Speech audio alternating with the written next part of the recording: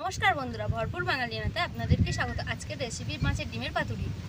প্রথমে একটা পাত্রে মাছের ডিমগুলোকে ধুয়ে নিয়ে আদা রসুন বাটা, সর্ষে পোস্ত বাটা, পেঁয়াজ কুচি, স্বাদ মতো লবণ, পরিমাণ মতো হলুদ গুঁড়ো দিয়ে ওপর থেকে সর্ষের তেল দিয়ে ভালোভাবে মাখিয়ে নিয়ে এবার একটা কলা পাতাতে অল্প অল্প পরিমাণ নিয়ে তাতে ওপর থেকে চেরা কাঁচা লঙ্কা দিয়ে উপর দিয়ে পরিমাণ মতো সরিষার তেল দিয়ে ভালোভাবে মুড়িয়ে নিয়ে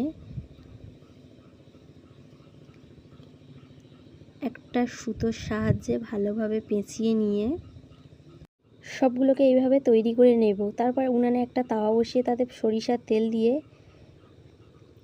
একটা একটা করে ভালোভাবে এপিট ওপিট করে ভেজে নেব।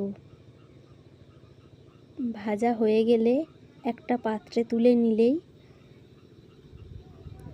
তৈরি আমাদের মাছের ডিমের পাতুরি।